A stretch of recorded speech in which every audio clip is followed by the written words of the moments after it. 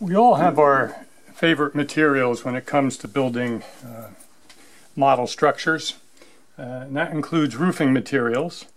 And I certainly have mine when it comes to making a tar paper roof or covering a wall of a structure with tar paper. Some modelers like to use tissue paper. There are certainly modeling manufacturers who produce their own version of tar paper, but I always reach for a product called Kraft Paper, K-R-A-F-T. Most of you are familiar with Kraft Paper in its brown form, which was used for decades as wrapping material to send parcels through the mail, and today is often just crumbled up and used as packing material when you buy something and it's shipped through the mail.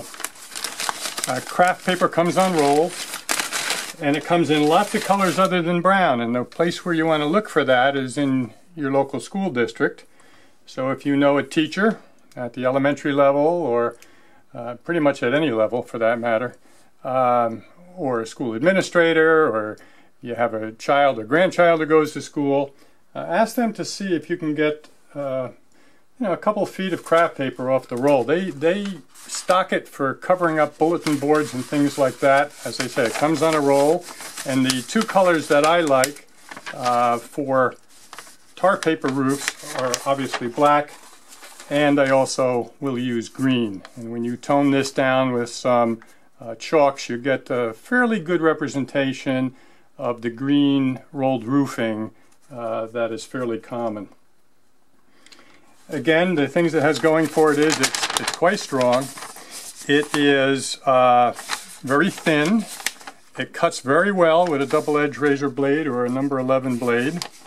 One side is a little shinier than the other side, and that becomes a factor when you actually cut this into strips to use for your rolled roofing or tar paper strips.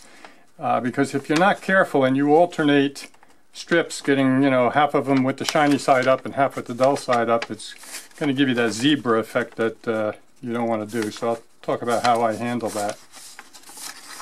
What I will do is take some of that black paper and cut it into 3-foot strips, because that's the usual width for rolled roofing or tar paper. And then I take a piece of fine sandpaper, in this case it's number 220 grit emery cloth, and you just run it over that strip a few times, which will do two things. It will thin it even more than what it already is, but it also produces a texture that is pleasing to the eye. I model an HO scale and it looks pretty effective, and it also gives your powders and chalks and so forth, your weathering materials, a bit more tooth. If you wanted to, you could also sand the other side just to make it thinner. Oftentimes I'll thin it down to the point where you get a small hole through it, which is very realistic looking, but in this case I'm not going to go that far. And what I do to make sure that I know which side I want up, not only is it sanded now, but on the back side I have put some pencil marks across the back. I don't know if you can see that in the video or not, but the pencil side is where I'm going to put the glue, and the other side is the side that goes up. I've ruled off my subroof, which is Strathmore board, into bands that are 2.5 feet wide. That allows for me to have a 6-inch overlap of each piece, and I've cut the length to be about 1 scale foot wider, so that I can wrap each end over about 1/2 foot, which is about the scale thickness of this Strathmore board. So after you have them sanded and you have them cut to the right length, what you are going to do is add some Elmer's white glue on the back. Now I keep a wet face cloth nearby so that after I get the glue on my hands I can get rid of it before I have to pick it up and handle this. So let me get this all up to one end so I can work myself down here. So you're going to spread it nice and evenly across the entire strip. And I'm going to need a little bit more here. You don't want too much extra because you don't want it oozing out all over the place. And then I'll wipe my hands on my wet face cloth to get that glue off. I'll pick this up with a tweezers. Get rid of that for the moment. Bring this back. And I am going to go right up to the line. In this case, my lines are what I am going to follow. I'm going to let it overhang about the same on each side.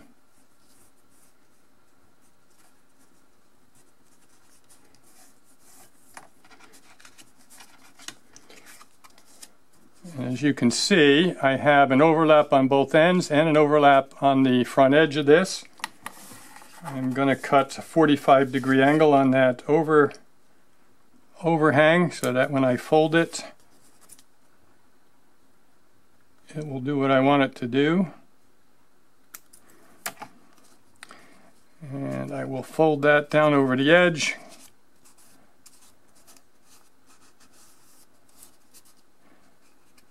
Bend this tab over, bring this side down. And it looks like you have covered your fascia boards with the tar paper as well. Get all the wrinkles out of it.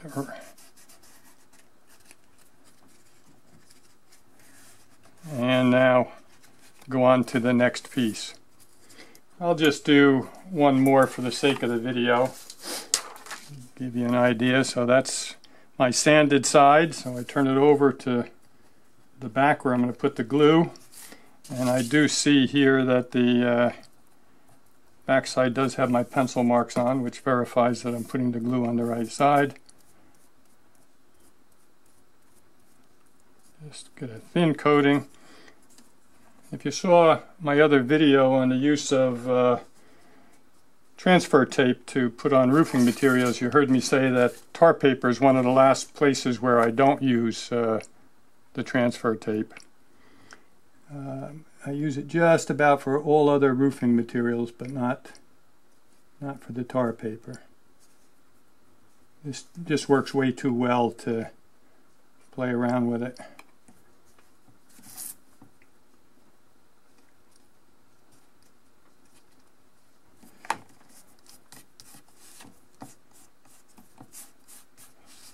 And just bend it over and work your way right up the roof.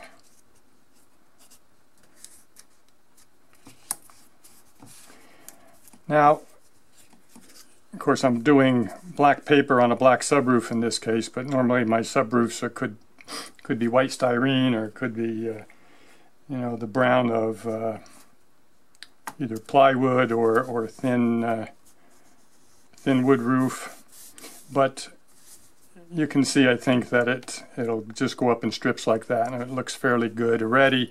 But it really looks good. I would let that dry, and then I'm going to come back with some chalks and start, you know, just adding some chalks, going in the direction that the water would run. In this case, I also had tar paper on the siding of this little addition on this scratch-built little shed, and you can see that you know, I put some battens on there and added a little bit of chalk to make it look dusty and older, and that's the way I do my tar paper.